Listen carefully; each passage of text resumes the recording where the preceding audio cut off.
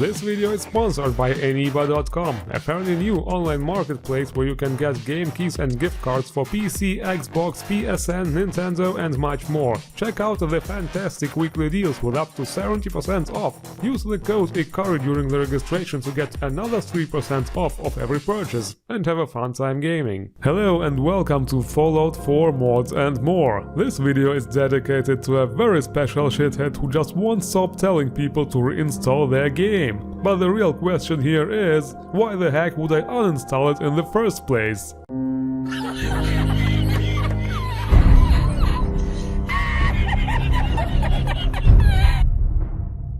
Okay fellas, big change is coming straight at you. The first mod, or let's say mods, is a really elaborate menu overhaul. As you probably know, I have been using DefUI with VisG item sorting plus the dual Pipboy colors mods for a while now, but now take a look at the newest invention, the FallUI. This completely overhauls the menus for the Pipboy, trading, containers and much more. It also adds some practical features like the bulk transfer between containers and your inventory. Looking at the interface, you can really tell this was made with the aim to fit as much information as possible into the menus, while still providing a well-sorted and clean look. Displaying stats like weight, value, damage, etc., showing the modifications installed. In other words, I hope you have really good eyesight, or else you might need a magnifying glass to see this stuff at some point. But of course the fonts can be customized. If you are not happy with this kind of item sorting, by the way, and just want the interface, you can always just install the mod on top of your, for example, VisG, and uncheck the item sorting option in the FO Mode installer. But it also works the other way around. There is a separate mod called FallUI Item Sorter. It includes extra options like a weightless version, an experimental armor and weapon keywords option and more. Yeah, it all sounds a bit complicated at first, but it's pretty much plug and play. Anyway, the mentioned customization is quite enormous here, found obviously in the MCM menu. Here you can change the fonts and also font size, the colors, also separately for different menus, the style of the selection line. There are also different icon options and many more for all the different displayed stats and so on. You don't even need to play the actual game anymore, you can just stay here and spend all your time tweaking and customizing the menus. But we are far from done. The same treatment can also be applied to the workbenches. I have to say I really like how structured the menus become with the FallUI. The vanilla menus for the crafting stations were really messy. This here is a whole different world. For example, how it shows the description under each modification component, and you don't have to select it first. What is also great is that once you are done modifying, you can rename the item and select an icon from the list by simply clicking on it. It's very practical. Also, while crafting food, for example, you can hit the F key and enter a search mode to search for recipes. Or hit the Q key to show only the recipes you currently have the ingredients for. You can also hit M to craft a bunch of items right away. That is really what you can call a major improvement.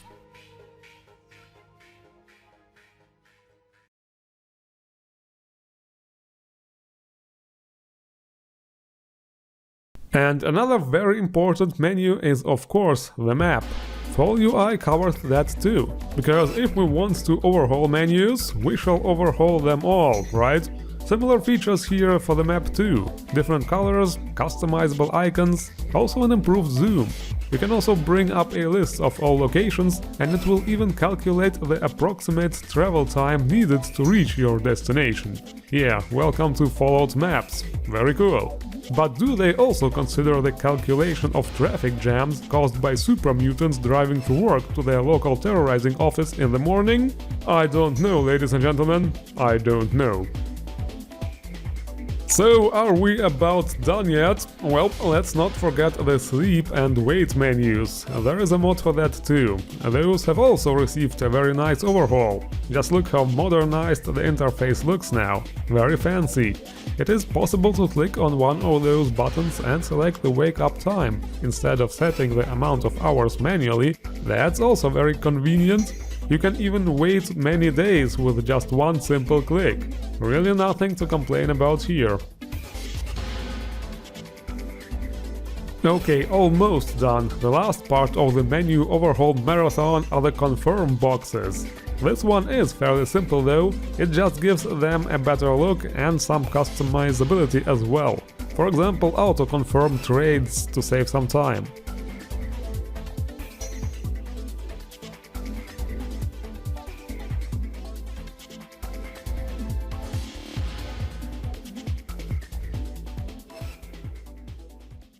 Finally, the menu chapter is over. But what is this? Now there is a very notable camera mod, simply called Photo Mode. At first I thought, wait, we have been doing this with console commands for half an eternity now, what's the point? But it is actually very useful. You can enter it from the pause menu or set a hotkey in the MCM menu. And once it's open, it's basically toggle flying cam, but with much more stuff. You can change the field of view right away here, you can roll the camera left and right. This alone is worth a lot, because normally it can't be done with console commands and you would need a different mod, which I never liked because it also messes up the camera controls a bit. You can use different depth of field options, although if you want to use this depth of field only, you will have to disable the depth of fields of the E and B, or else they will be added to each other. Then you can freeze and unfreeze time, or even manipulate the flow of time. Yeah, great for slow-mo shots. Then there is a very useful option to hide your character or move them around. This is really a pain in the ass to do with console commands. Of course, it would be especially awesome if you could do this with other characters, and maybe also objects as well, like selecting something with the console menu and then moving it around. I wonder if it can be done. And then there is of course the option to tweak values like brightness, saturation and so on. Would of course be cool if there were some presets, like it usually is in photo modes in many newer games, but yeah, it's not really necessary. One way or another, this is actually a fantastic mod, and it will definitely make the lives of reviewers and screen archers easier. Thank you!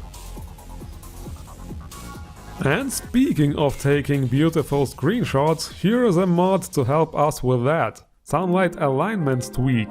This is a mod to fix shadows that are being cast from the sun. I actually reviewed a very similar mod in my last Skyrim mod review. Basically, the vanilla engine uses fake lighting and shadows early in the morning after sunrise and in the evening a couple hours before sunset. And those mods fix that, so that the light and the shadows can be actually cast from the sun at those specific hours and at low angles. Doesn't sound like much, but it makes a very huge visual difference, believe me, it creates really breathtaking sceneries.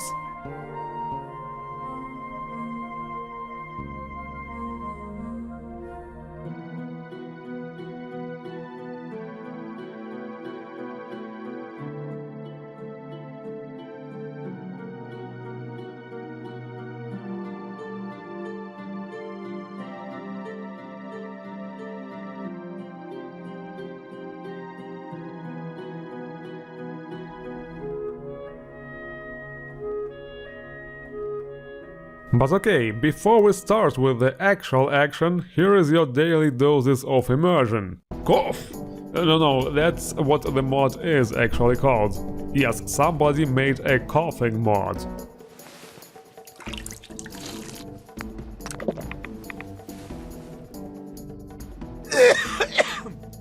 With this mod, your character will immersively cough in certain situations, like for example during storms, in polluted areas, if you get a disease obviously, after an explosion, because you know, dust.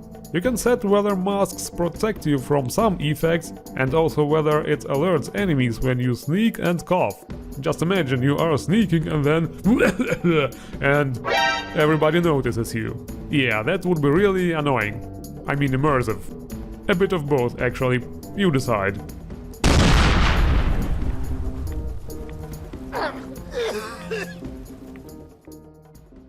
Anyway, I promised you action, and so the action cometh, in form of DC and West Coast Supermutants. Looks like they also made their way to the Commonwealth, so now you have a bit of a varietized greenskins to shoot. They are still big, green and ugly, but slightly different looking. Basically just the mutants from Fallout 3 and New Vegas. And yes, that also includes the Nightskin. Wait, where is he? He was here just a second ago. Ah, there you are, you sneaky bastard. We already know your tricks. Except that this one is also a suicider with a mini nuke. That's quite a diabolical combination there, Mr. Satan. The boom you just won't see coming. But yeah, they are way less scary since we already know what they are up to. And the stealth effect is way better visible here in Fallout 4, I think. You can't hide forever!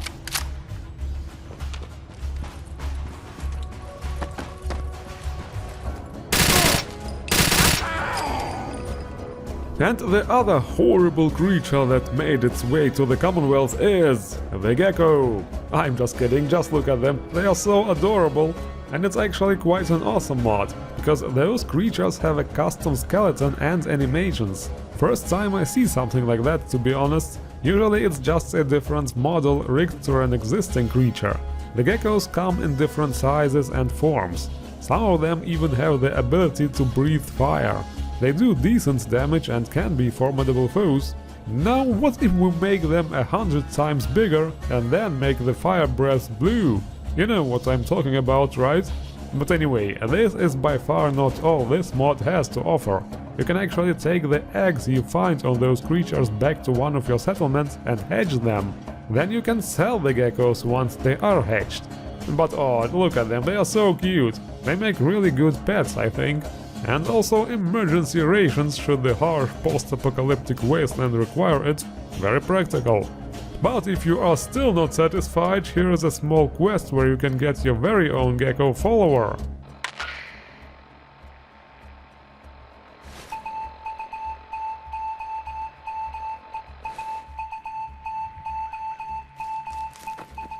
Cool beacon sound, by the way, almost like electronic music or something. Roar! No, that's not the gecko, it's just a toy you can find during the quest, well suited for decoration. And there he is, Gek. He obviously can't talk, but during the quest you can find some new armors and hats, which Gek can also equip. Well, now we're talking. Very stylish gecko. Sorry dog meat, but it looks like I found a new favorite companion creature here. Very cool mod.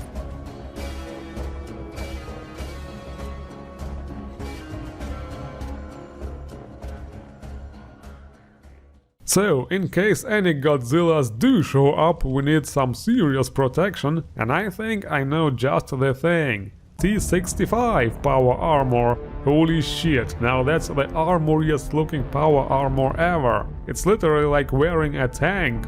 It's from Fallout 76, by the way. The best one you can get there, from what I understand. It also comes with a jetpack. Although if you use a paint job, it doesn't affect the jetpack for some reason.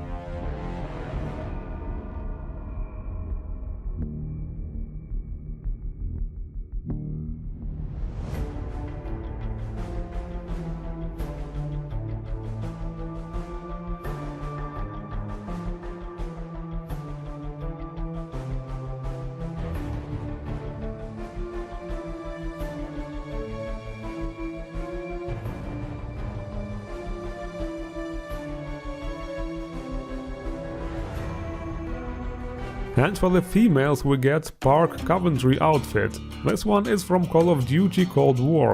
On the workbench you can change some stuff like some colors, select the hairs for that beanie and also how much of the equipment is displayed.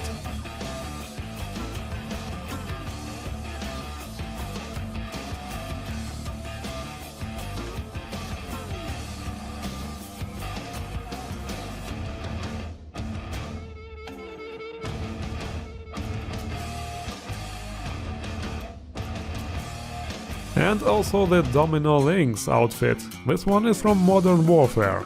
Here you can also change some colors and those patches on the back.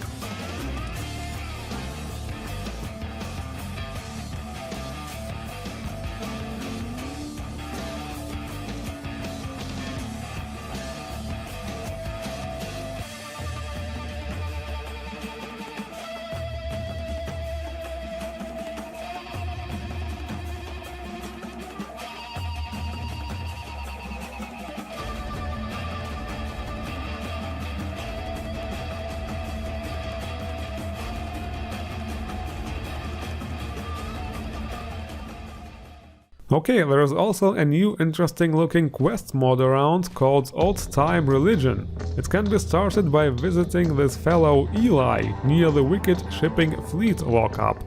What's your story? Name's Eli. I come from the West, born and raised in Arroyo, California, under the rule of the NCR, the New California Republic. One of the NCR generals was a preacher and was cherished by his congregation. Wasn't too fond of him, so I did a little digging. Found out he was using the good book to abuse his women and forced the men to work long hours for no pay. When the church members caught me snooping around, he exiled me, left to wander the waste alone. Came across Good Springs, Nevada, and lived there for a few years. He has quite a long backstory and the voice acting is fantastic. Basically, it's all about a certain book which he also dedicated his life to hunt down, so that those books couldn't be used for evil stuff by the wrong people. Yes, I get it, I watched this movie, it's obvious where the inspiration comes from, the post-apocalyptic setting fits quite well. So anyway, he will need your help getting the last copy of that book. It can be obtained pretty fast if you have explored the glowing sea already, so it's actually not a very long quest, but the reward is totally worth it. Yes, here you go. Hallelujah. You're all right, Slick. Thanks a mil. As promised, here's your caps. And take this here weapon as a tip. Served me well back when I was hunting ghouls in D.C. And may the good Lord continue to watch over and protect you in the wasteland. The quest itself might be short, but the best part of the reward is Eli himself, because once you complete the quest you can recruit him as a follower, and with such a nice voice acting, he certainly does make a rare and unique companion. There are not many male voiced followers out there, so mods like this one are always majorly appreciated. You interested in traveling together? You know, since you stuck your neck out for a fellow in need, why not return the favor? Lead the way, partner. And this is it for this episode. The links to all mods are as always in the description below. Don't forget to endorse the mods you like. And if you like geckos and men with deep manly voices, hit the like button and subscribe for more best new Fallout 4 mods. Thank you all for watching and see you around.